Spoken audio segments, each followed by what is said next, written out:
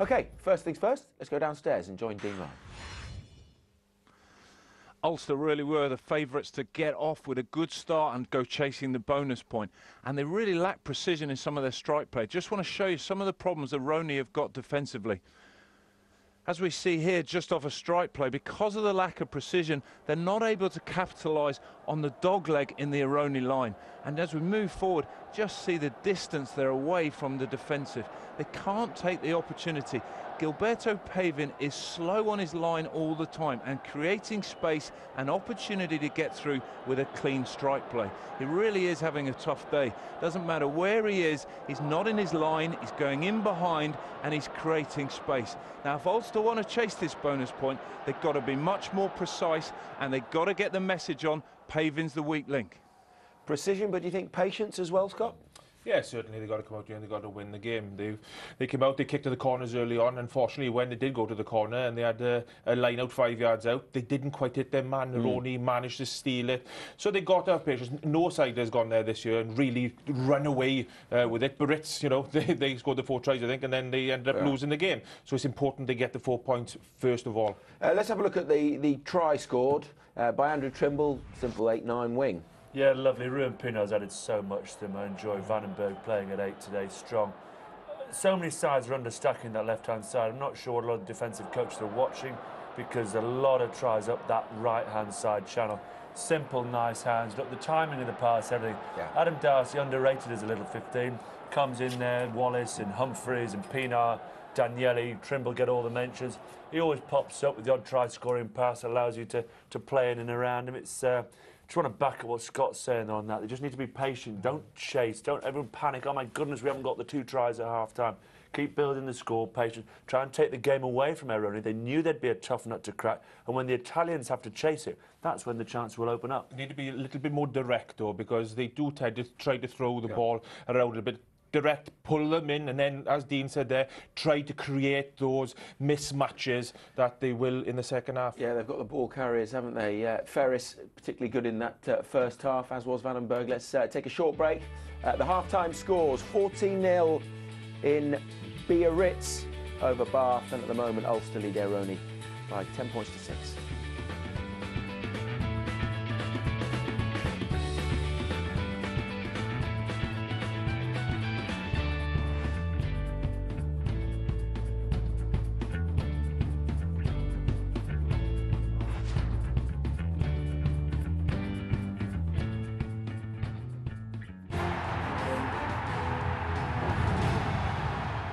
Time though, we are watching the conclusion of Pool 4, halfway through the last of these games, and it's Biarritz that lead Bath by 14 points to 0 at half-time. Yashvili and Bolshaw with the tries. Andrew Trimble for the only try of the first half in Viadana, where Aironi trailed Ulster 10 points to 6. A little bit later here at the Liberty Stadium, the Ospreys. They picked a very strong team to take on Toulon, who have featured pretty much the same team that went to London Irish and got the victory they required there. No Holler, no Collins, no Phillips, no Williams to start with. They're all on the bench as we see a repetition of the try scored by Andrew Trimble in that first half for Ulster against Aironi. But yeah, that's a 3:30 kickoff here at the Liberty Stadium, so we're looking forward to that one. In the meantime, though, let's cross back to Italy and rejoin Tyrone Howe and Martin Gillingham.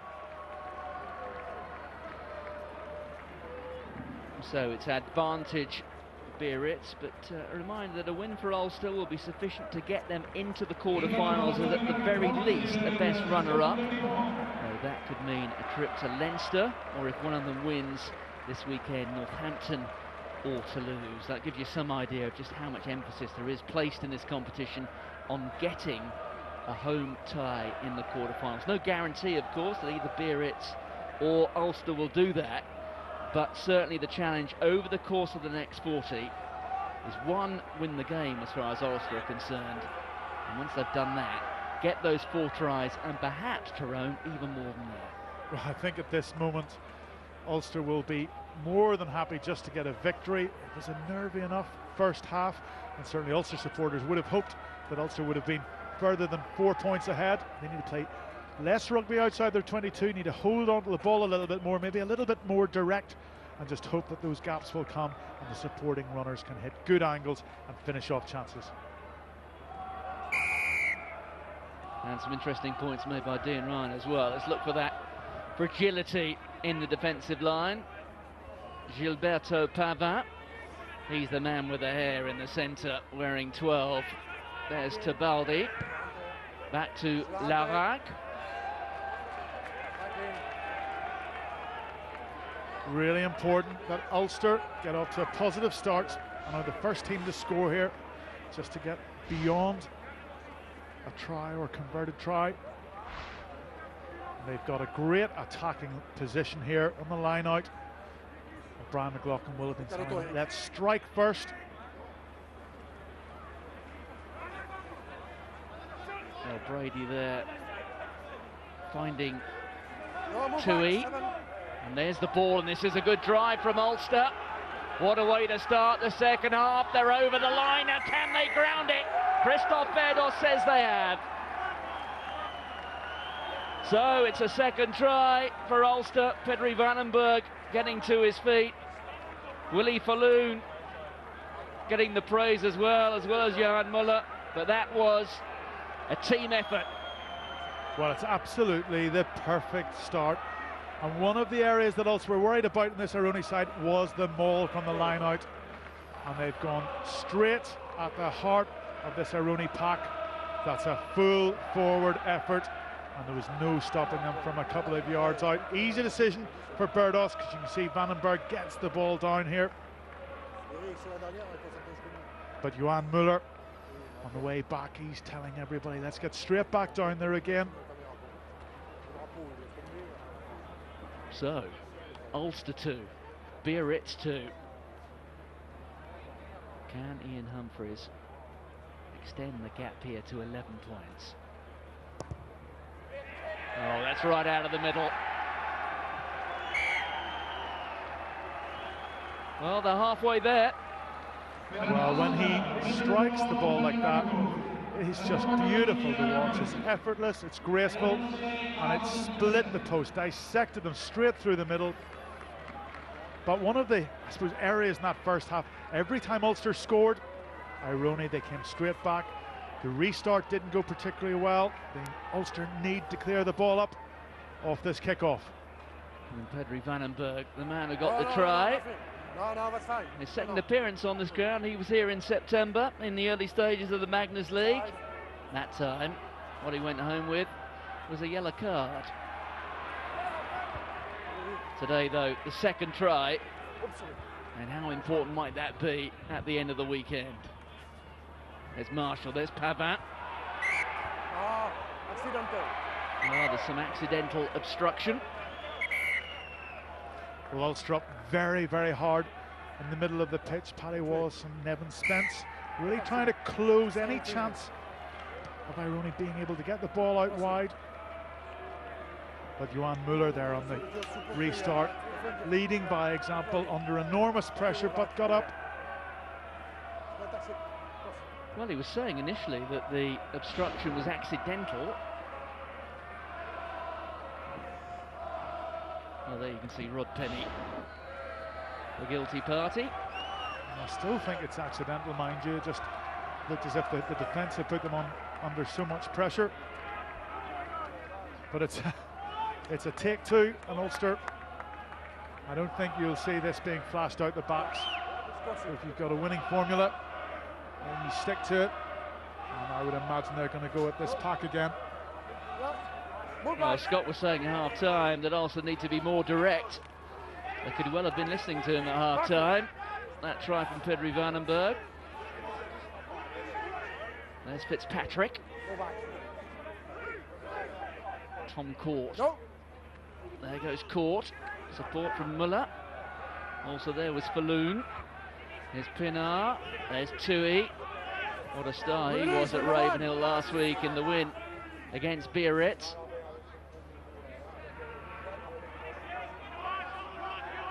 That's Court and Vandenberg again. Here's Court, rumbling his way forward. Pinar again.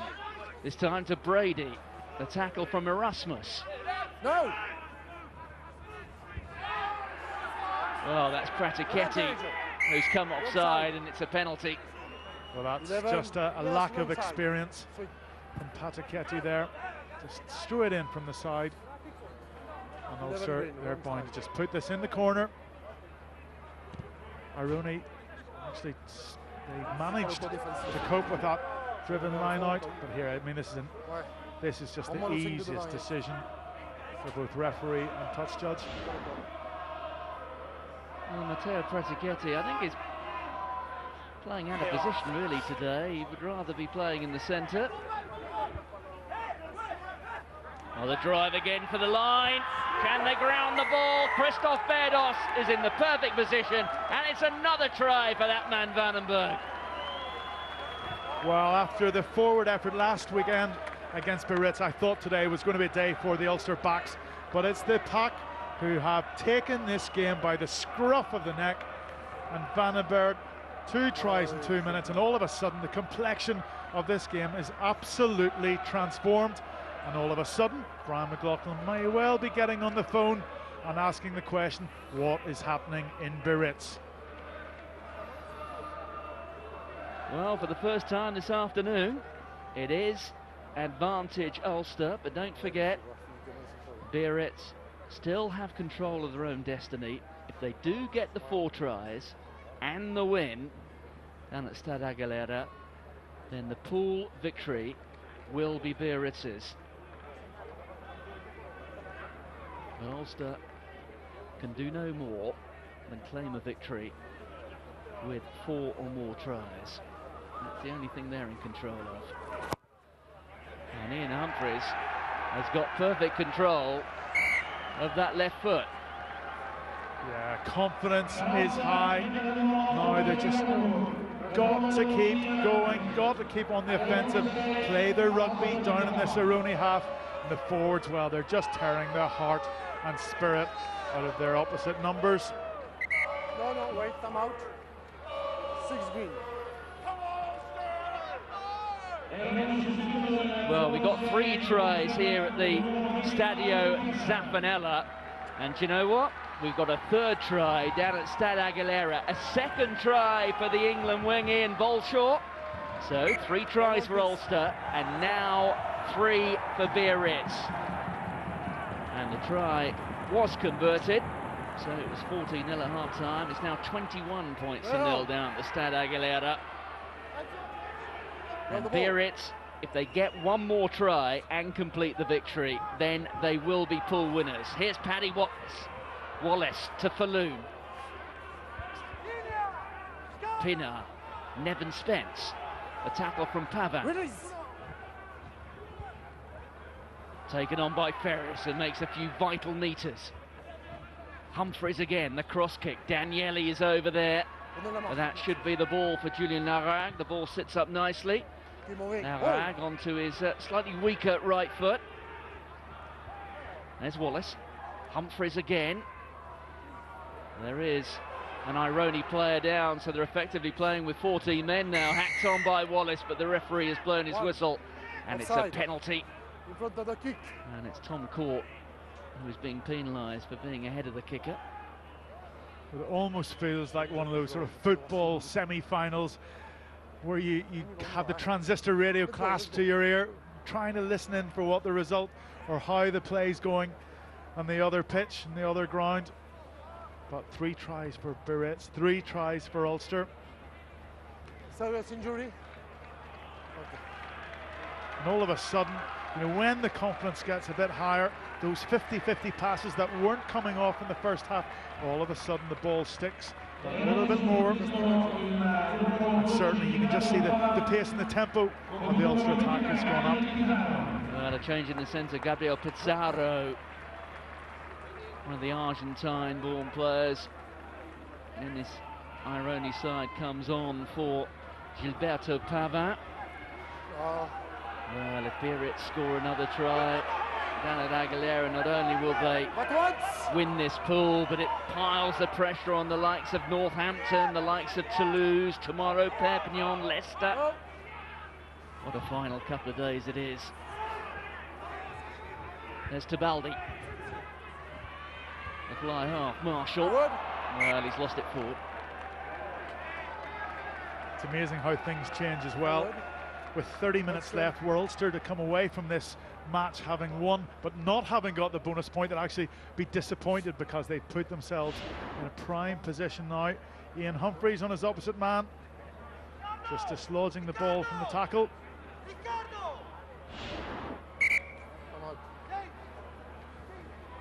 So James Marshall, who will go back to New Zealand at the end of the European season to take up a 2-year commitment in the MPC. See Trimble going in for the try there. And certainly like to see Trimble maybe tracking off his wing, running that inside line of one of the midfield players, or Ian Humphreys. Very powerful. But it's the forwards through Vandenberg who've done the damage.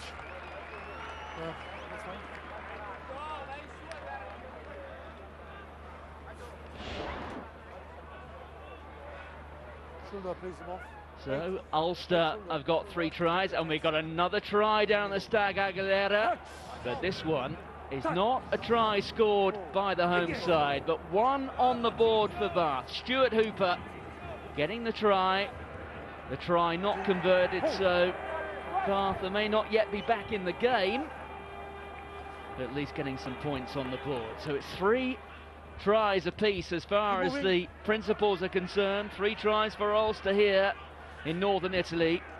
3 tries for Biarritz in the southwest corner of France. Okay, great. Pool 4 still in the melting pot. There's the clearance kick from Bocchino.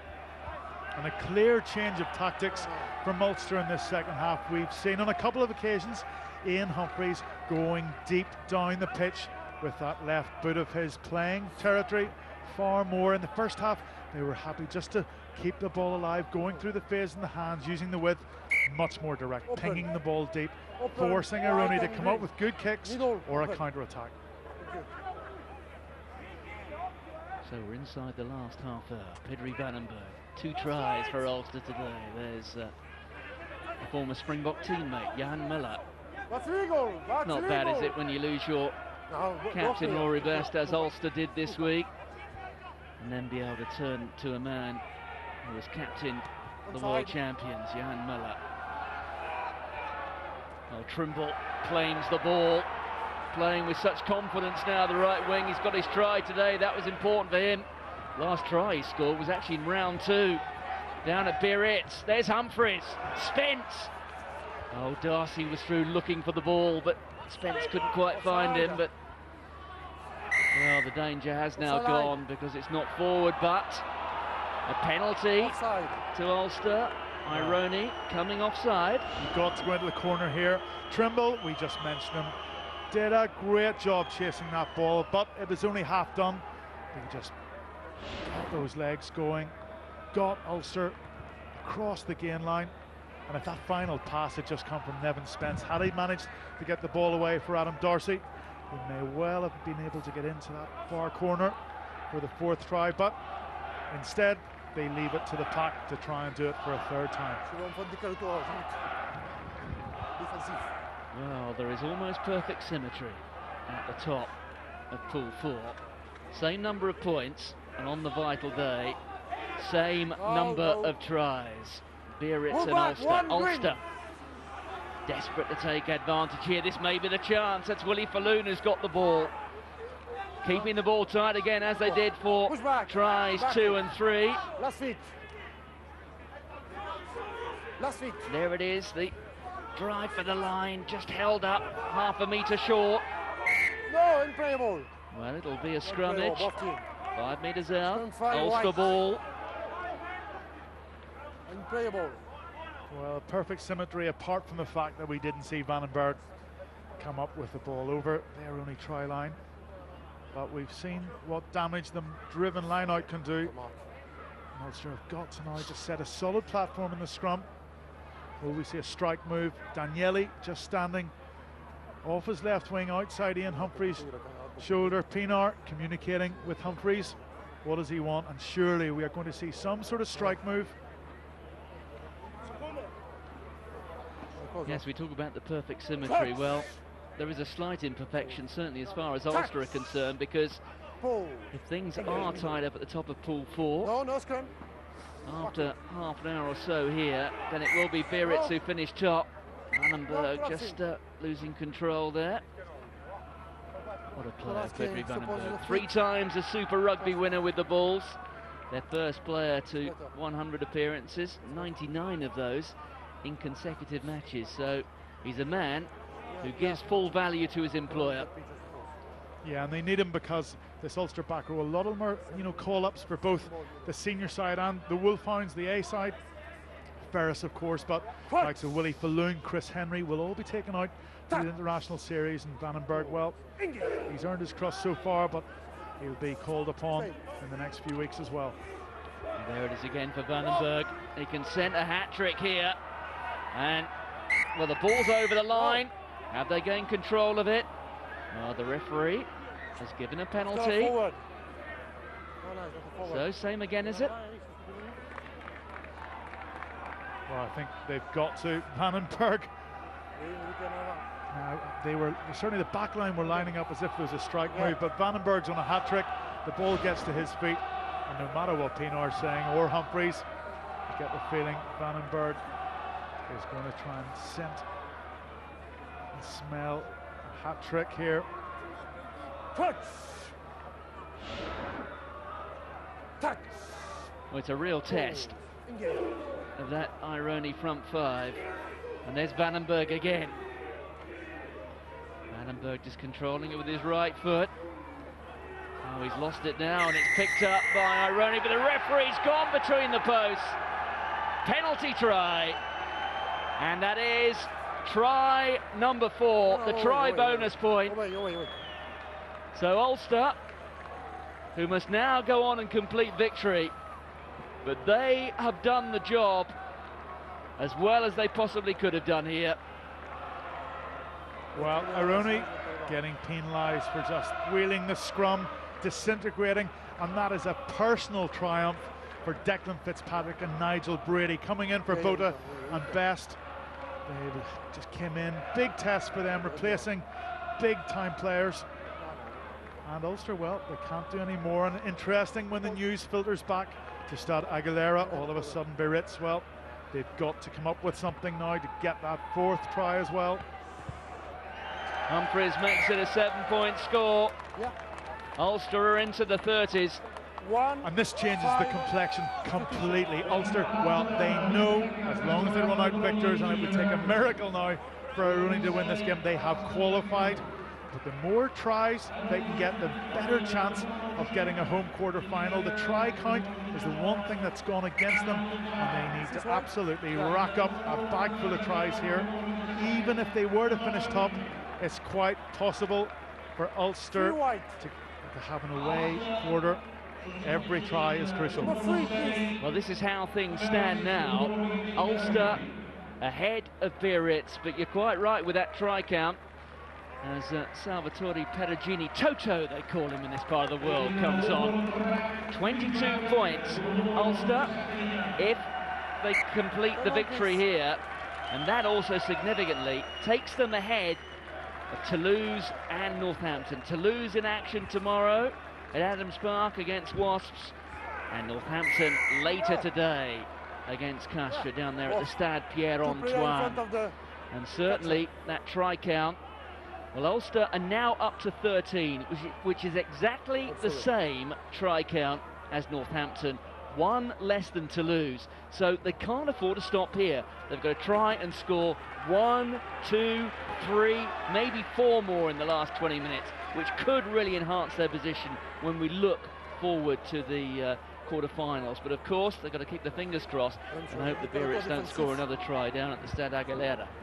Yes, all they can do, control the controllables, get the tries on the board and sit back this evening with points in that Heineken Cup table and force the other teams that are competing for quarter-final places and for home quarters to come out, get victories and bonus points. There's Perugini, who after the final whistle today will receive his award for being Italy's player of 2010 and a member of Nick Mallett's squad for the upcoming Six Nations. A rare opportunity in this second half. There's Tebaldi. No. The scrum half. Oh, look at No. Vandenberg competing so well for the ball. Stay up. There it is again for the scrum half, just screaming instructions to his back line. Ongaro is standing off. That's Bocchino. That is Pizarro. No hands, foul.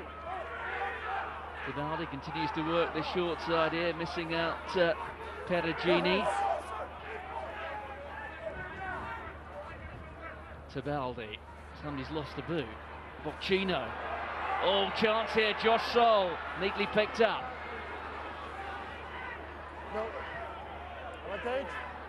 Referee playing advantage here to the Italians. Bocchino. Good hands there from Pizarro. Less so out wide, but we're going to come back for the penalty. No. 6. And Aironi getting around the corner of the Ulster defence line. Ian Humphreys just trying to get up hard off the line, close off the chance of getting the pass away. And again, it comes from that restart. Ulster being penalised, 2 players in front of the catcher. And it is one area of the game that has been slightly ropey, both in this match and in this Heineken Cup campaign. And certainly when they get to a quarter-final stage, they will have to be far, far more efficient and effective, because if you don't deal with it properly, it automatically sets up the other team to just get down into your 22 or just outside. So we're into the final quarter at the Stadio Zaffanella. Ulster have their 4 tries. What's on, nothing. Runner was over. If they have aspirations, though, to get a home Now quarter-final, release green. they have to look for more tries. They need Bath to do them a favour down at the Stand Aguilera and not concede any more tries against Biarritz. A clearance kick there from Pinar. There's Canavosio. There is James Marshall. Away. No, there is. There's Tebaldi. Oh, let's go. Out to Bocchino. There is Pizarro. Back to Bocchino again. No, A reminder down, that if you want to follow the action or the real news now in the last 15 minutes or so in Pool 4, over on the red button, Stade Aguilera, Biarritz against Bath. Last time we heard Biarritz with 3 tries, so they're 1 short of the try bonus point. And they've got somewhere around about 20 minutes in which to do it. Oh, Daniele almost coming in there with an interception. It's only gonna come. And Biarritz chasing that 4th try, but you wonder when that news is filtered through. All of a sudden, just the pressure gets put straight back on the French side. Come out. And certainly Aironi trying to get the ball out of contact, trying to get into the wide spaces. Trimble, then Daniele coming up, closing it off. And again, a symmetry. The first round match against Aironi was 30 points to 6 at Ravenhill. Ulster are currently 1 better, but they surely will not settle for that. We just caught a glimpse of Quinton Geldenhuys, the captain for Aironi. He's been replaced. Andrew Trimble Time out, please. getting some treatment.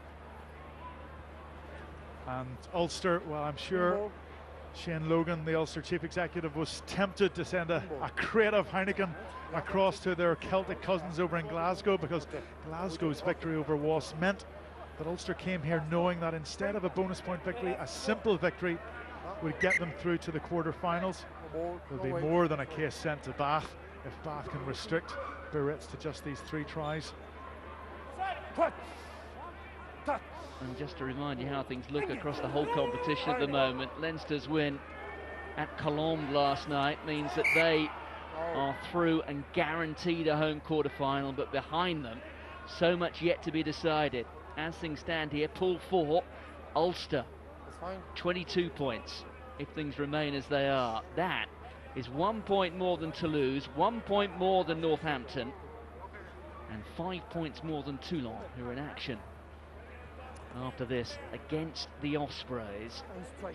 And that is why Ulster have got to score more tries, because they've got 13 now, the same as Northampton, 1 less than Toulouse, And if somehow Ulster can eke out another 2 tries or even 3 in the last 17 minutes here, and with a bit of help from Bath, see Biarritz score no more tries down at the Aguilera, then huge pressure on Toulouse, Northampton. Driven forward there by Perugini with a bit of help from his friends. Bocchino, Penny.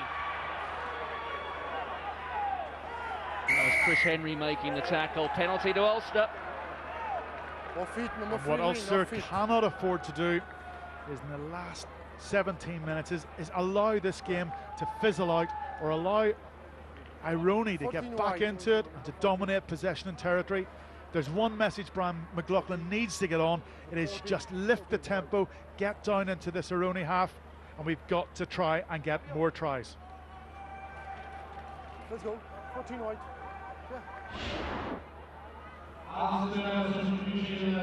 So 16 minutes to go here at the Stadio Zaffanella. Ulster have the 4 tries, but what they don't want to happen is a 4th try down at the Stadio Aguilera. But there's bad news for fans of Ulster, I'm afraid. It's that man, Takutsa Ngwenya, the flyer from Zimbabwe, now playing his international rugby for the United States, has got the 4th Biarritz try. Biarritz have the try bonus point, and if they go on to win that match, then Biarritz will top pool 4, and Ulster will be going through to the knockout phase of the Heineken Cup, but as one of 2 best losers. There's Wallace to Spence, the fullback. Darcy in the line. Darcy still going up to the 22, but then a crunching hit. Pinner, Humphreys, Vandenberg, 2 tries already. Tom Core feeding out to Tui, but the pass went forward. Well, the news of the 4 tries in Biarritz is filtering slowly through here. David Humphreys on the phone, Neil Doak, the backs coach, on the touchline, gesturing to each other. And we may as well just go to the bar, Martin. It's all for naught. But there are going to be people who are watching this match from High Wycombe and thinking of the importance of that game tomorrow against Wasps. Well, Toulouse now a point behind Biarritz with fewer tries. Northampton in exactly the same place. But for Ulster, well, there have been 11 straight seasons in the Heineken Cup since they won the title without going through the pool phase. They came here to Rome. They knew they could only control the controllables. Come here, win the match, get 4 tries or more. They've done that. And they will be going through to the knockout phase. Not as a pool winner, as a best loser. That in itself is a fair old achievement. Yeah, I think the line that Rory Best came out with during the week, with Ulster they're sick and tired of being the 3rd province in Ireland, and it's been reflected in national selections. It's been reflected in bragging rights as well. Munster, given also, you've got to remember, Ulster, the first Irish province to actually lift this trophy in '99, but Munster then pushed on. Such models of consistency in this competition. Leinster followed on from them. Oh, Vandenberg sensing the hat-trick, but he offloads to Henry. And it's try number 5 for Ulster. Well, I don't know if the news has got down to them from the Aguilera, but they've come here and they've done the perfect job. And that man, Chris Henry, Ireland international, makes it 5. Yeah, certainly a mark of the Ulster success. And I said, look at that scrum, absolutely disintegrating here. Vandenberg offloads to Chris Henry, but there's a much greater pool of talent, much greater strength across the squad. But certainly Leinster have been playing the rugby of this tournament now. Real contenders. Munster, well, Ulster are going to have to try and do some giant killing, take a leaf out of Munster's book, because they're going to be going somewhere and they're going to have to pull off a huge performance in the quarters. But what the conclusion of Pool 4 has done for the rest of the weekend, it's turned up the heat on Northampton, Toulon, Toulouse, Perpignan, Leicester. They know that if they want to claim that home quarter-final, they've got to make it happen. Well, it's just the glory of the Heineken Cup. So many. We've got 4 qualifiers before this round, but so much boils down to the 80 minutes in round 6. And all of those big teams, as you say, they've all got reasons to play and have put in full 80 minutes. Bonus points and tries will be all important in round 6.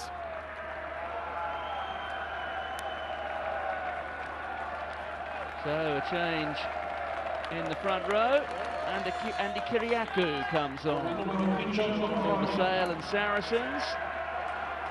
Also Jerry Cronin, who wasn't involved in the 23 last week. Ian Whitten getting a run. Well, it's a lovely situation for a coach to be in, knowing the bonus point victories in the bag, knowing that you are absolutely and utterly crushing the opposition. Offload the bench, give all the guys a run, and they can play with smiles on their faces. Defence becomes that much easier when you're this far ahead, and everybody can feel as if they have contributed in some way to this victory and to this Heineken Cup qualification. So Ulster will be claiming one of those 2 best runner-up spots. It's Tito Tebaldi, and this will be, well, it looks like he's taken a blow to the head. There's a blood. The scrum half. You just wonder as well, the way these results have gone, how well Leinster have played. What odds would you give on a Leinster-Ulster quarter-final at the Aviva Stadium down in Dublin? What an occasion that could be. Stranger things have happened. Well, Leinster would have to be, or end the weekend, seeded 1 or 2, wouldn't they? Be interesting to see who the other best loser is going to be. I guess the round of matches yesterday involving, or tomorrow involving Perpignan, the Scarlets, Leicester. One of those sides likely to be the other best loser at the end of the weekend. There's Whitten. Couldn't quite find Spence. Neat hands from Humphreys to Vandenberg. Marshall, the replacement scrum half. There's Kyriakou. Humphreys, long pass out to Daniele. Daniele with a bit of space. Up against Erasmus and also Sol. Good tackle from the Italy international Sol. No, move away. Oh, and Erasmus just bursts away with it, but the wrong side. referee awarding a penalty. You mentioned the other potential runner-up coming from either the Tigers or Perpignan. With Treviso at Welford Road, again looking at who the favourites would be to go through there. Going to say the Tigers, you'd back them to come away with a 4-try victory at home. It's going to be tough for the other Italian side in this competition, and equally the Scarlets have produced some of the best rugby that we've seen in the early rounds, and they will want to just continue and finish off their campaign on a high over in Perpignan. Oh, we've only got about 11.5 minutes to go in this match. We could be jabbering on about the various permutations for all of that period, couldn't we? What we do know, though, is that Biarritz, assuming something quite extraordinary doesn't happen down at the Stade Aguilera, will be winning this pool. There's Kyriakou. Tackle from Bortolami. Marshall. That was Falloon. Willie Falloon has taken his chance well with Dyack being injured. Humphreys, Whitten, Darcy again looking for the ball. Humphreys. Roll.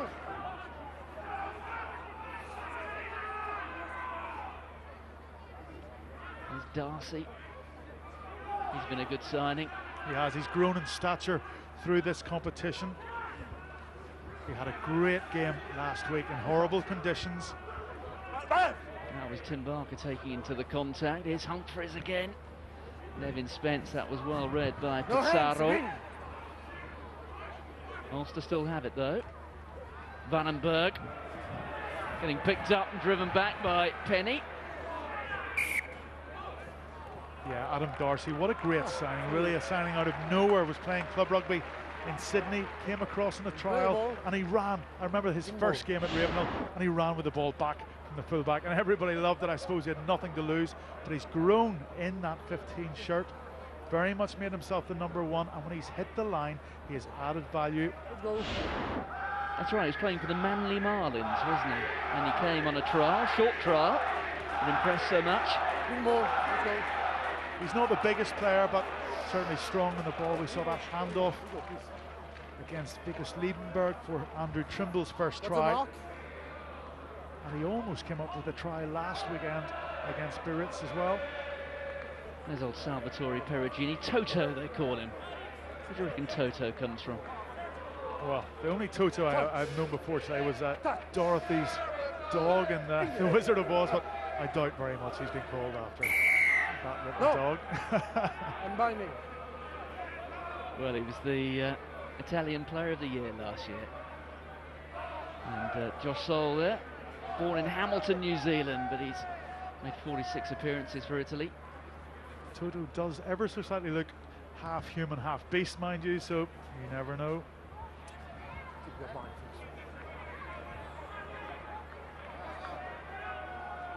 Well, there is Tito Tebaldi, still getting treatment after taking that knock. So be careful. Well, you say that about Toto Perugini. He's a man, he's been around the block, he's been in the front row at Toulouse, finished his career in France with a season at Bayonne before coming home to Italy. No, down. Cannavosio, you can see with 14 on his back, stepped into play scrum half where he's very comfortable. Was Alberto Di Marchi. Cannavosio, there's Perugini.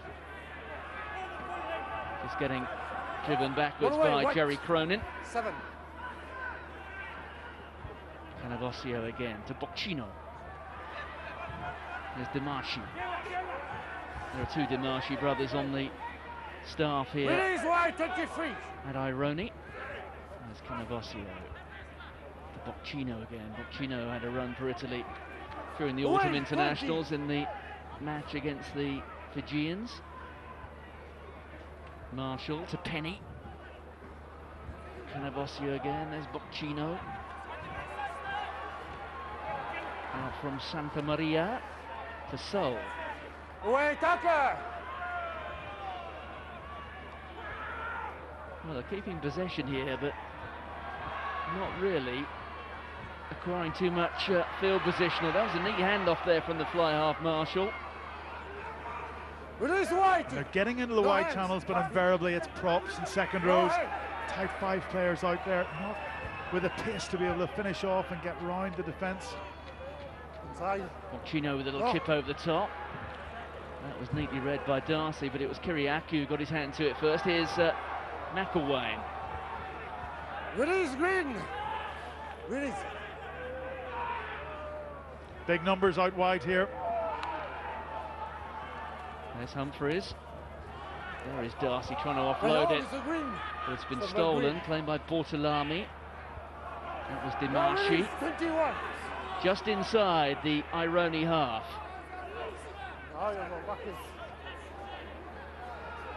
The ball. Well, where is it, says Josh Soul. He's got it. He needs a scrum half. Across comes Pablo Cannavosio. There's Perugini. Being repelled by Tim Barker.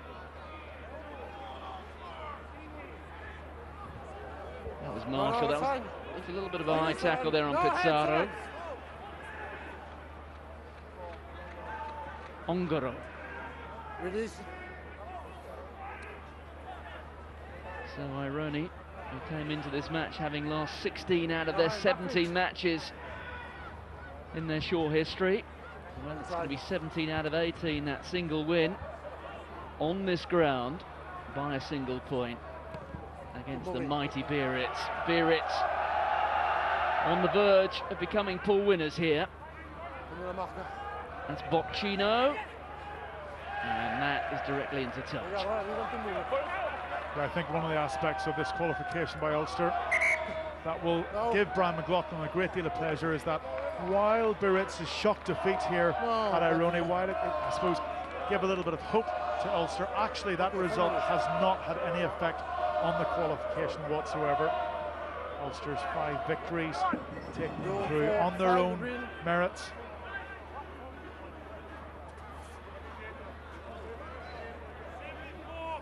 Well, we got another try down in the southwest of France, and it's another one to Bath. Well, the only hope really that Ulster have now winning the group is a substantial comeback from Bath, and it's Tom Biggs, the former Leeds wing, who crosses for Bath's second try. The first from Stuart Hooper. And this game very much going the way in the second half, the style of play. Well, there you see Vandenberg, man of the match. Yeah, no surprise. He's very much been at the forefront of this forward effort, particularly at the start of the second half, and his 2 tries killed off the hopes of Aironi and put Ulster on the front foot to secure not only a victory, but a bonus point victory. There's no doubt that the inclusion of the new South Africans, Vandenberg and Muller, it's given a bit of a hard edge, hasn't it, to this Ulster pack this season.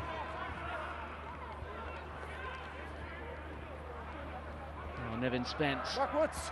Well, the referee says that went backwards, which may have been a little bit generous. Here's Vandenberg, the man of the match. No hands. Back it. There's Jan Muller feeding it back to Marshall. Humphreys. Witten. Long pass off the right hand to Henry. One of the try scorers, Daniele. There's Willie Falloon. Oh, it's lost forward by Barker. Well, I was canvassing a bit of opinion amongst a few coaches as to what makes the difference at this professional level between the really, really good sides and just what's good. And they said the key thing is the pack.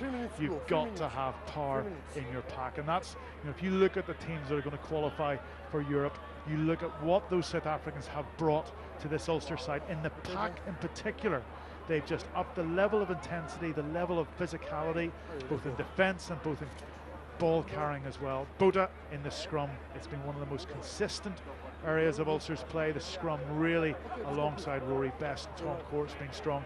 Muller is a leader of men. He's provided a focal point around whom the rest of the pack can come around. And then you've got Vandenberg, a go-to man, loves ball in hand. And the rest of the players have really responded to those 3 being in the pack.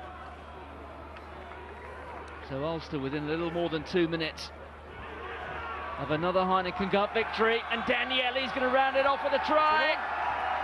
Simon Daniele, his 3rd try of the season. He got one of the other ones in the home fixture against Aironi in round 1, and he's rounded things off with a try here. So that's 6 tries to the men of Ulster. Well, it's hard to believe that at half-time it was 10-6 and there were a lot of very nervous Ulster supporters here in the ground. Again, the scrum did the damage. Vandenberg picking up off the base, down the short side, just giving Simon Daniele that extra half yard to go round open side Jaco Erasmus.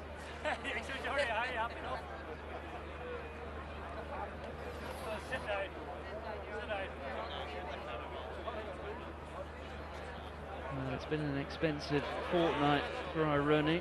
They conceded more than 50 points at the rack against Bath last week. That was their biggest ever defeat, eclipsing the 49 points that they leaked against Scarlets in the Magners League.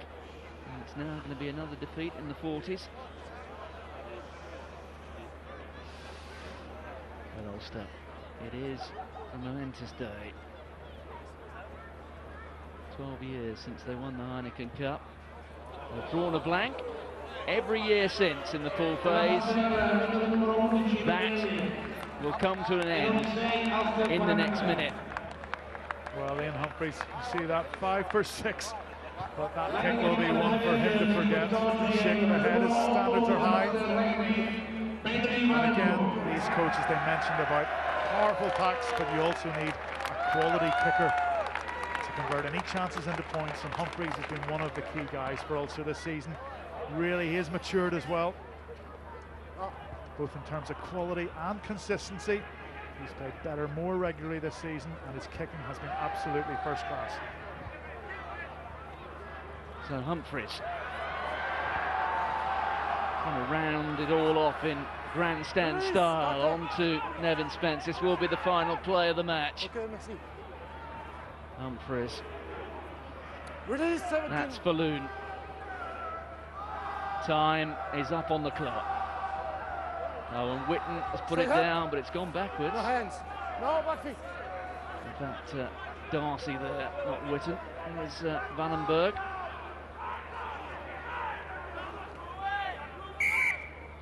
No, unplayable. Christoph Berdos has blown the whistle, and there comes the second whistle for the end of the match. And Ulster, after 12 years, have finished it all off. They are going to move into the quarter-final phase. Sadly, though, they will miss out on a pool triumph. That will go to Biarritz. Yeah, well done elsewhere. Biarritz, though, have ensured that they have won this group because they're beating Bath. It's, well, into injury time now. And Bath will probably run this one, but no real point as far as they're concerned. You have to say, though, Biarritz topping Pool 4. Ulster did exactly what was required of them, but in the end, that giving the bonus point away, the losing bonus point away at home last weekend was the downfall. Yeah, French efficiency for Biarritz down in the south of France. They haven't had many chances against Bath. Bath have scrapped well. They're still playing out Sam Vestjohn has just scored a great try with Tom Biggs. But when they wanted to ratchet up the levels of speed, Yashvili's been at the heart of everything. Yeah. And they go to their pacemen, Bolshaw twice and Ngania once. And in the end, they deserved the win. And if you think about their loss away to Aironi, they probably just about deserved the group. Yeah. I mean, how do you think they stand in terms of the teams we've seen qualifying so far? Is this vintage Biarritz or not quite, really? They talk about vintage Biarritz, but they could be so frustrating at times, is the fact that they just do enough. As you mentioned, they went to Aironi, they scored the 4 tries, and they allowed them to come back into the game. They've done very similar today. They've scored their 4 tries, but they've allowed Bath to come at them, and we see them. You know, it'd be disappointed from their point of view if they let Bath in for their 3rd try, but they've not been as dynamic in for the 3rd, and they've been disappointed with that because that's what they've allowed to do over the years. They do enough. They seem to want to finish. They seem to want to say, OK, we've done enough, but then the defence lets them down. And you know, if they're going to win this, they need to make sure that their composure and they play for the full 80 minutes. Well, there we go. It was Tom Biggs scoring his 2nd on of the afternoon. And as Will was saying, Yashvili, Bolshaw with 2 and Ngania for the home side. That was the bonus point victory that they needed. And as it was, that Bath couldn't come back in and take the victory, which was Ulster's only chance in the end. So 43-6, the final score to Ulster. And Biarritz, in the end, we're running out when it was 26 or 28-17 over Bath. So there we go. That's Pool 4 as it's finished. Biarritz as pool winners, Ulster as one of the 2 best runners-up. We've been having a little